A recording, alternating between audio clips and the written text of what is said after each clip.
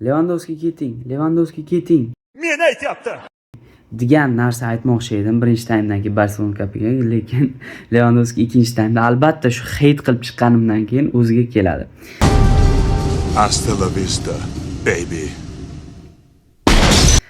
Lewandowski ikkinchi taymda normalniy o'ynashni boshladi, xudoga shukr.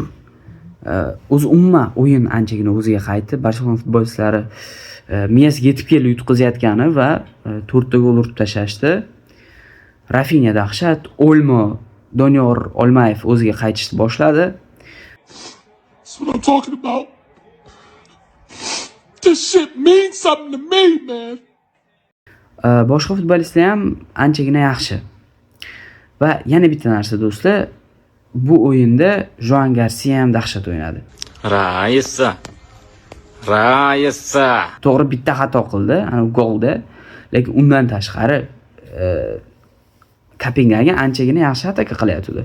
Lekin Joan Garcia imенно Kapingaga futbolist kelishdan oldin to'pga chiqib, uzoqqa tepib urishi anchagina yordam berdi. Va Barselona shu g'alabasi bilan 5-o'rindan chiqmoqda Primoy play-offga. Va ertasi kuni жеребьевка bo'lib o'tadi Chempionlar Ligasi, ko'ramiz endi kimga tushar ekan Barselona.